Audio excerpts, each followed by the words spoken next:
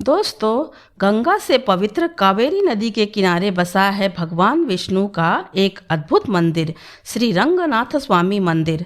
आज हम बात करेंगे कर्नाटका राज्य के मांड्या जिले के इस मंदिर के विषय में और जानेंगे इसकी वास्तुशैली यानी आर्किटेक्चर के बारे में। मंदिर के विषय में जानने के साथ साथ हम मंदिर से जुड़े किस्से और कहानियों के बारे में भी जानेंगे और यह भी समझेंगे कि मंदिर तक कैसे पहुंचा जा सकता है। पर वीडियो स्टार्ट करने से पहले यदि आपने अभी तक मेरे चैनल को सब्सक्राइब नहीं किया है तो तुरंत इसे सब्सक्राइब करके बेल आइकन को भी प्रेस कर दें ताकि आपको ऐसी ही धार्मिक, मनोरंजक एवं अद्भुत वीडियोस मिलती रहे। तो चलिए बिना वक्त गंवाए स्टार्ट करते हैं।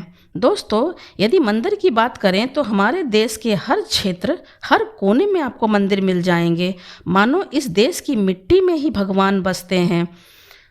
श्रीरंगपटना नाम के कस्बे में स्थापित यह मंदिर द्राविडियन शैली का एक अद्भुत नमूना है। यह मंदिर सदियों पुराना है।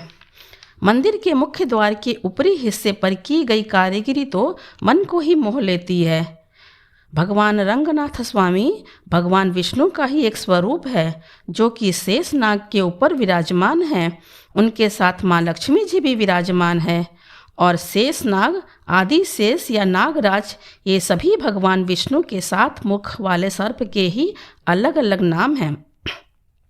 साथ ही मंदिर परिसर के ही भीतर भगवान गरुड़, भूमिदेव, ब्रह्मा जी, नरसिंह जी, हनुमान सहित कई अन्य छोटे छोटे मंदिर भी मौजूद हैं। यदि आपको याद हो तो वीडियो की शुरुआत में मैंने गंगा नदी एवं कावेरी नदी की तुलना की थी और कावेरी को गंगा से अधिक पवित्र नदी कहा था। तो दोस्तों, दोनों ही नदियों में लोग अपने अपने पापों को धोने के लिए जाते हैं, पर कहते हैं लोगों के पाप को धोते धोते कावेरी मैया खुद मैली हो गई। तो इससे छुटकारा पाने के लिए और भगवान विष्णु को प्रसन्न करने हेतु उन्होंने घोर तपस्या की। उनकी तपस्या से प्रसन्न होकर भगवान ने उन्हें 3 वरदान दिए। पहला, कावेरी गंगा से अधिक पवित्र कहलाएगी। दूसरा, श्रीरंगपटना तीर्थस्थली बन जाएगा और तीसरा, स्वयं भगवान विष्णु वहाँ विराजमान रहेंगे श्रीरंग स्वामी के रूप में। अब आपको इस मंदिर से जुड़े कुछ रोचक किस्से सुनाती हूँ। कहते हैं 817 ईस्वी में हम्बी नामक एक नर्तकी ने इसके गर्भगृह की स्थापना की और 994 ईस्वी में गंग वंश के शासक राजा थिरुमलायरा ने इस मंदिर को यह भव्यता प्रदान की। जितना सुंदर यह मंदिर है उतना ही आकर्षक इसका इतिहास भी है। होयसाला साम्राज्य के शासन में एक बार रामानुजाचार्य जी इस क्षेत्र में आए। आपकी जानकारी के लिए बता दूं कि रामानुजाचार्य जी को भगवान विष्णु के शेष नाग का एक अवतार माना जाता है। इन्होंने अपने जीवन काल में वैष्णववाद को फैलाने का बहुत ही अहम कार्य किया है। वैष्णववाद का मतलब होता है भगवान विष्णु की विचारधारा एवं उनकी प्रार्थना का प्रचार प्रसार करना। सन 1117 की बात है जब राजा बिट्टदेव, जिन्हें बिटैया भी कहा जाता था, का शासन हुआ करता था। रामानुजाचार्य जी के साथ काफ़ी बहस के उपरांत राजा बिट्टदेव ने अंत में वैष्णववाद को स्वीकार किया और प्रसन्न होकर रामानुजाचार्य जी को बहुत सा धन और 8 गांव तोहफे में दिया।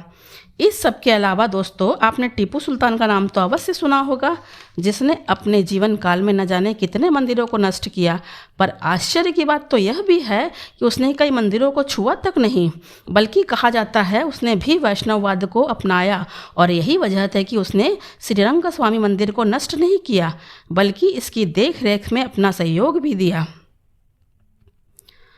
अब बात कर लेते हैं कि यहाँ तक कैसे पहुँचा जा सकता है। तो दोस्तों, इसके लिए सबसे पहले आपको मैसूर आना पड़ेगा, जहाँ से मात्र 16 किलोमीटर की दूरी पर यह मंदिर स्थित है। मैसूर बस स्टैंड से थोड़ी देर में ही यहाँ से बस निकलती रहती है, जिससे आप आसानी से यहाँ तक पहुँच सकते हैं। आप चाहें तो किराए की टैक्सी भी कर सकते हैं। मंदिर से बाहर ही जूते चप्पलों का स्टैंड भी है।